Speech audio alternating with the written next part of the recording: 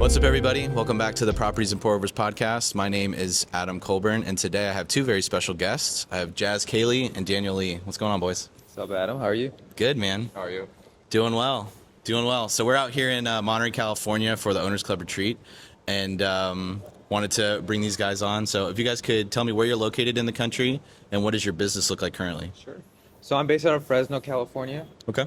And then I focus on business acquisitions, and then I help people in the community, especially real estate folks who are trying to get into businesses. I do business underwriting, and then I also provide SBA guidance, just because of my background coming from commercial banking. Gotcha. Okay. Hi, everyone. My name is Daniel Lee. I'm based out of Southern California. I do business acquisition and underwriting.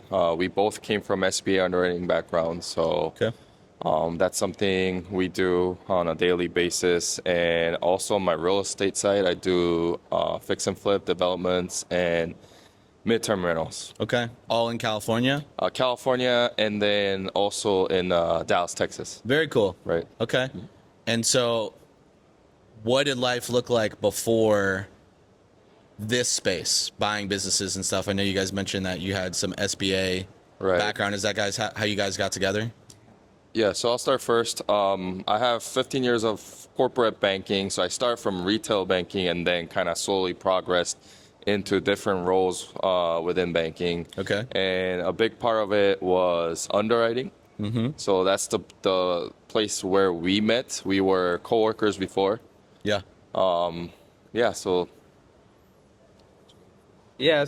I guess I'll kind of go way before that. So my parents have literally since the year I was born is when they bought their first gas station.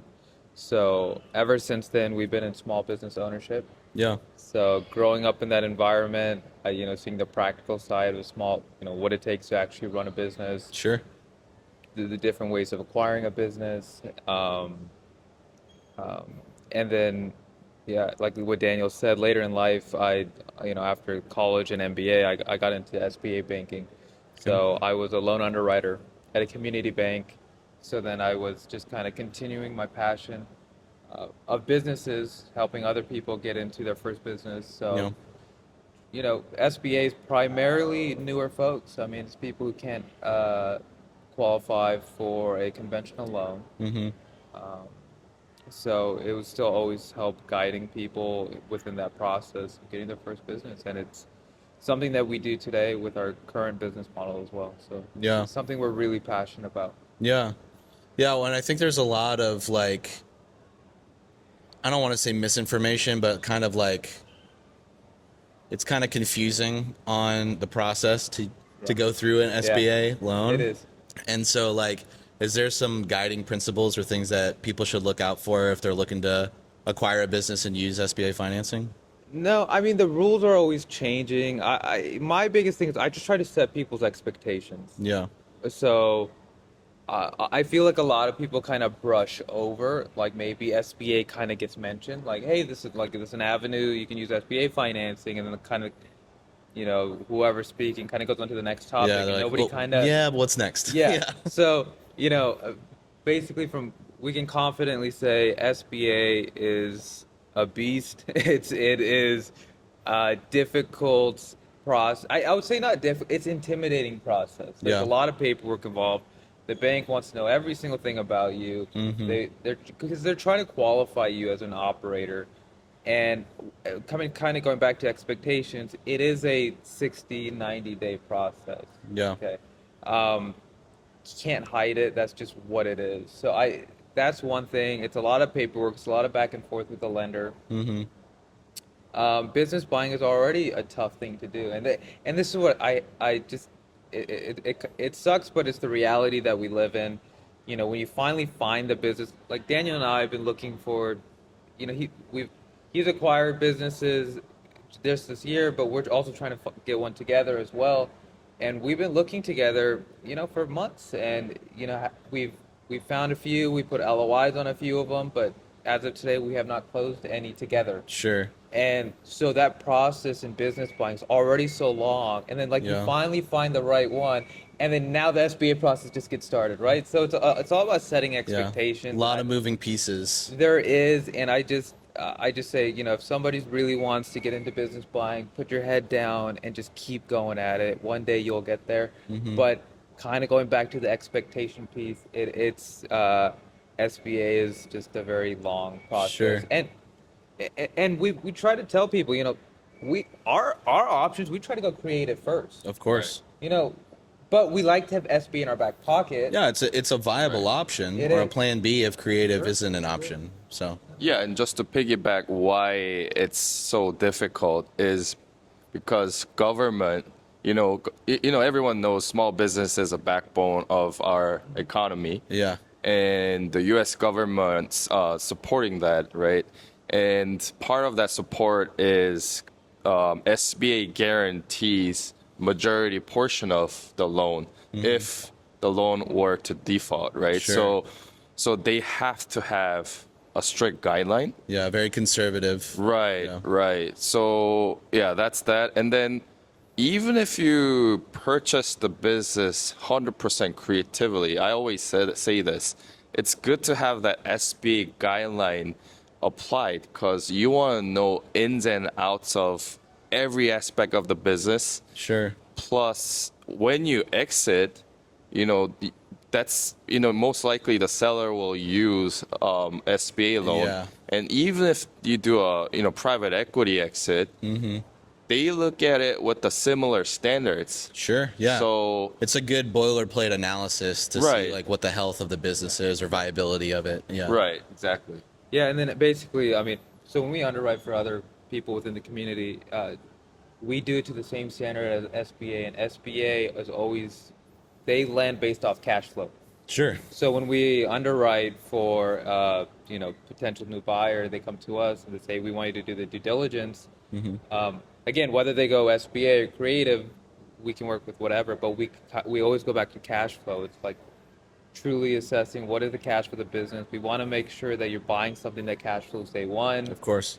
I always tell people probably stay away from trying to flip a business unless you just really know that industry. Yeah. Right? So don't touch it. My advice. Yeah. Because, if you can't accomplish that flip, you're Yeah. left with probably a big mess. So. For sure. Yeah. A lot of risk in that endeavor. So. Right. So you guys have a ton of experience on the underwriting portion and just being in banking in general. When was that switch flipped for you guys to say, I want to go and start buying my own businesses? I'll go first.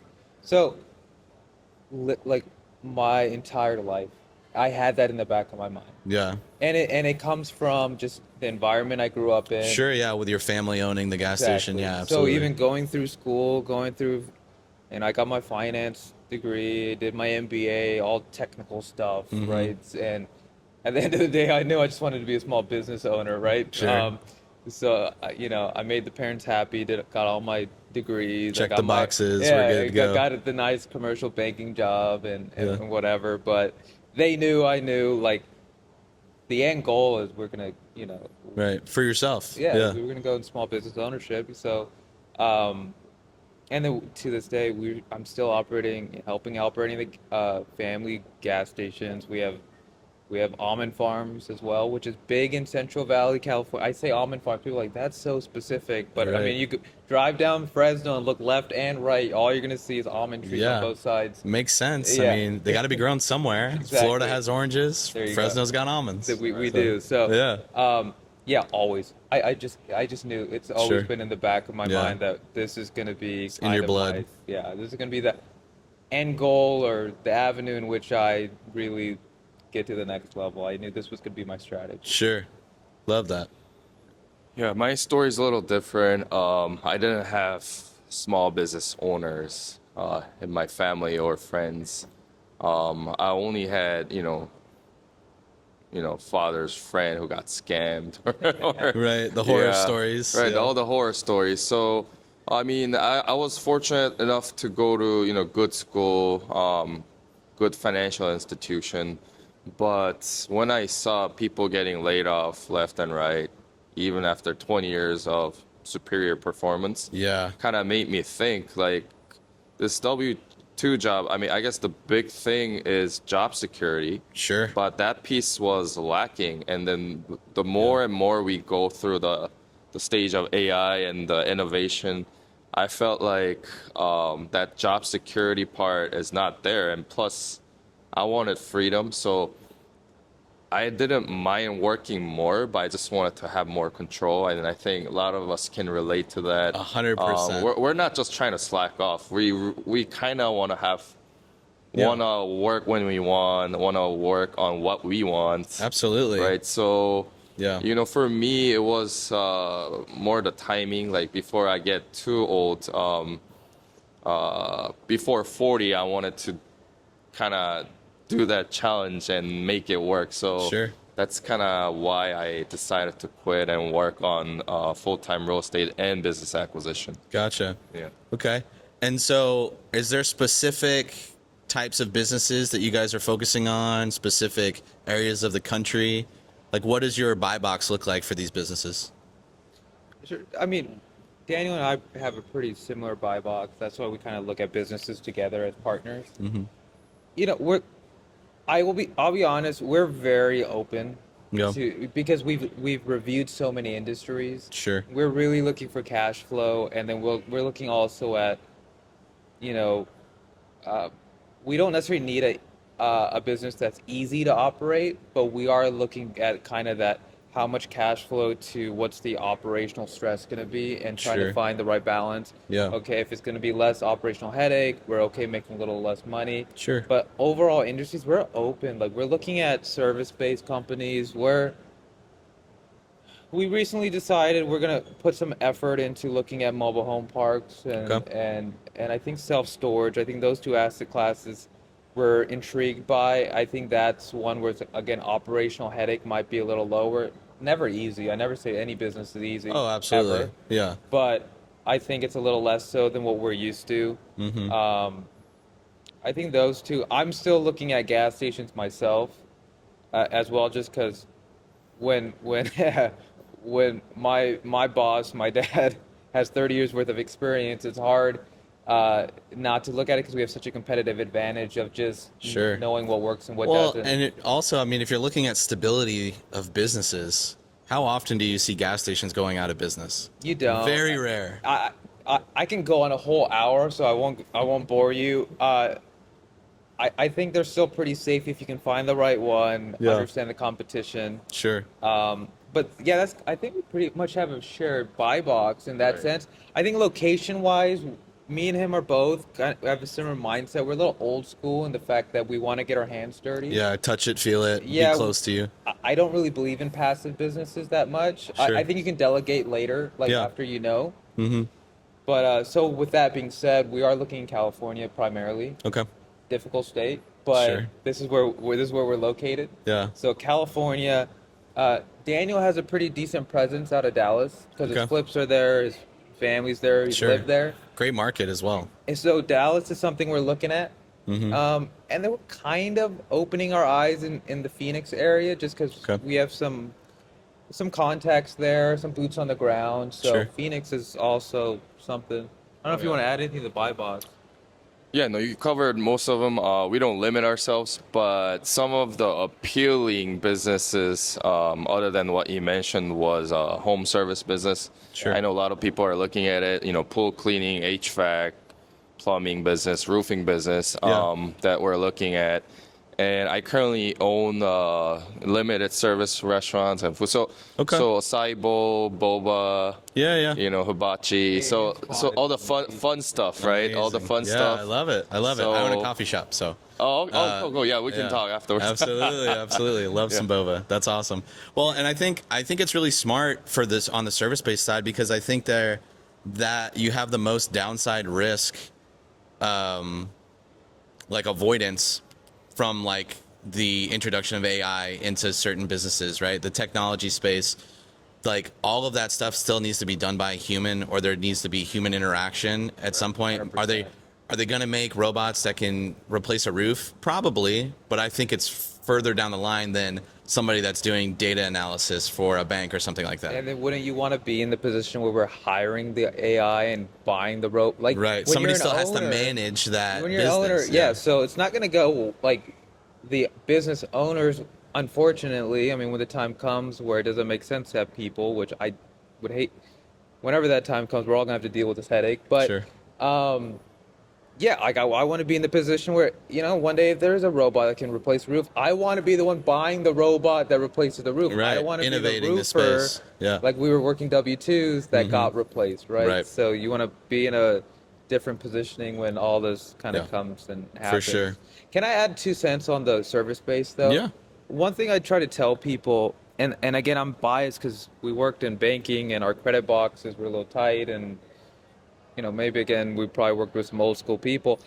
A lot of people are going after like CPA firms and HVAC and roofing and all this, and I'm trying to tell people one thing that I would at least personally avoid is getting into something highly licensed if you don't hold a license yourself. Sure. Yeah. So if you're gonna buy a CPA firm but you're not a CPA, Could be a challenge.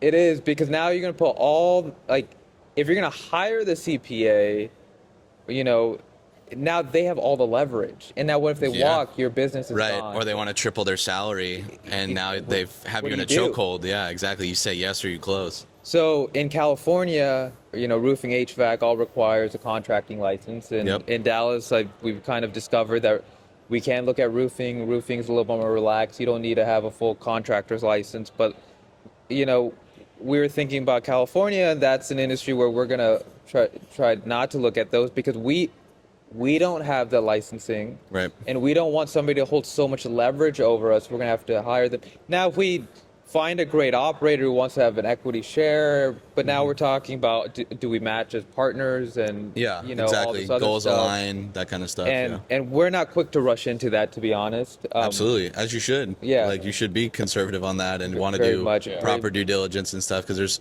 there's far too many horror stories of people jumping into business right away on the partnership side. Like you need to date a little bit. Yeah. You need to make sure that this is going to work out. Exactly. And So then it's so much harder to unravel that.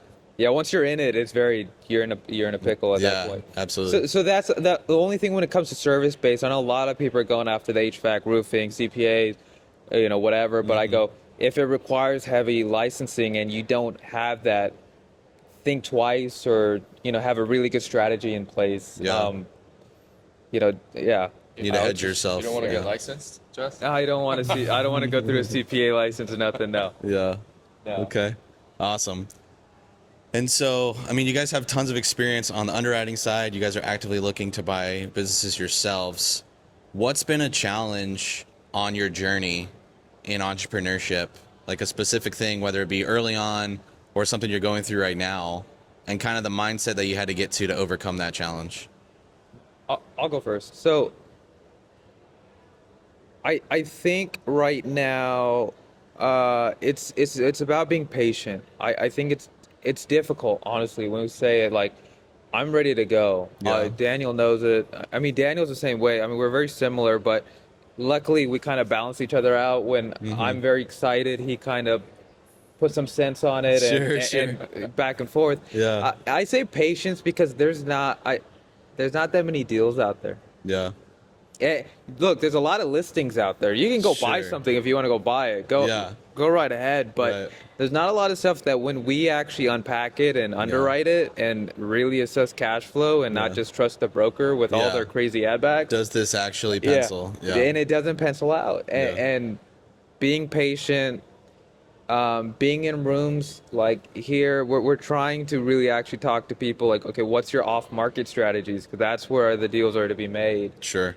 There are deals to be made on market, I will say, but it's difficult. So it's Yeah, well, and it's that nurturing process, right? It's building that relationship with the is. broker so they know exactly what you're looking for, the stipulations that you have for these businesses, so you're not just spinning your wheels constantly underwriting things that don't pencil out, like Yeah. you're saying. And so it's similar just on the real estate front too, right? Like going off market compared to building relationships with realtors. Like, are there deals to be had in both? Yes, but the agent side is going to take a lot more nurturing, at least in my experience, Sure. than going direct to seller. So sure. that makes a ton of sense. Yeah, and then plus business, there's no set value. It could be Right. wiped out Sure. in the worst case, unlike a real estate. Right. That, Even the land is yeah, worth something. Yeah. right. I mean, even the land, or even if it's in the middle of nowhere in the rural area, there's some sort of collateral value where some people will buy it, right? Yeah. So that's why business, you have to be a little more patient. But the opposite spectrum, one good deal can definitely change your life, right? Absolutely. So just Yeah. like having a really great like multifamily deal, Sure. Yeah. the underwriting process and the deal searching might take forever, but then you have that one property that's gonna make a difference. Yeah. Yeah, and then just to add on the difficulties that I'm having on my current business, because it's a fun business, right? Because so for example, my acai bowl business, it's a good enough, like big enough business. It's in the metro area of Orange County, million plus in sales, Yeah. 13 employees. But then one of my challenge is I try to be too involved in operation. Sure. So I have to constantly like remind myself and look at it and see what can be delegated, what can be done to increase the operational efficiency. Yeah. So I'm constantly trying to improve because I don't want to work there 40 hours, and Of course. that kind of beats the purpose, right? Right. So Yeah. You just bought a job for Right, yourself. right. And So- building out that list of here are the high dollar tasks where I'm Right. most valuable. I need to be involved.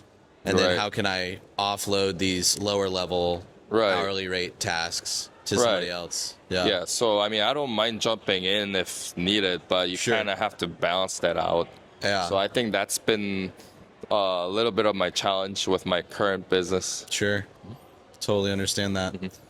Okay. And so if people are watching this, they're looking at deals, they need help underwriting, or maybe they find something that's in your guys' buy box, which sounds like there's quite a lot that you guys would look at. Where can they reach out to you? I'm most active on Instagram. Okay. I'm on YouTube, but Instagram at Jasdev Kailey. Okay. So that's my full name. You can DM me, and then we can get the conversation going for sure. Yeah. Yeah, my Instagram handle is creativedaniel1. So creativedaniel1. And then also we have a website called acquirewise.net. N-E-T. Okay. Awesome. So acquirewise.net. Cool. So I got one last question for you guys. If you had one piece of advice to give your younger self when you were first getting in this space, or somebody brand new off the street that says, hey, I want to go and buy a business, what's that one piece of advice that you give them? For me, I would say it may contradict what we said. I know we said like you have to be careful, do so much due diligence. Yeah. But at the same time, you have to take action. Of course. You can't just dream about it. Just believe that even if you have no money saved, there's a way to get the deal done. Sure. Yeah, if you structure it right, if you truly believe it's the right business, there's always going to be a capital partner that wants to partner up with you for a good business. So I just say, it's very achievable. I started my real estate and business acquisition with no money. Yep. I mean, part of it because I'm not a good saver, but it can be done. Just have Sure. that mindset, and then just take action. Yeah. Love it. Yeah, I mean, if somebody's new and they're looking into it, I think first you got to assess yourself. Yeah. Because there's a lot of risk involved. Sure. So, are you able to handle that risk and carry that stress? Mm-hmm. But if you are that person, and it's something that Daniel touched on earlier, I mean, the joy, the pride, and ultimately the reward, financially speaking, too, can be so great. Sure. The joy of working at your own business is something so much different than working at someone else's business. Of right? course. Yeah. And the pride that you get just walking in on your business, talking to your customers, having your employees, even if they're headaches. Like, I mean, there's something there that it's hard to replicate. Sure. but I think that's really true in a lot of people's real estate journey as well. There's Yeah. a lot of pride in that work. I mean, you're making things happen, Sure. right? And then ultimately, I really do think the right deal can change your life, financially speaking as well. It can Yeah. really set you up. That's so good. So it's worth it. That's what it's worth it. Yeah, it's worth it. Really good.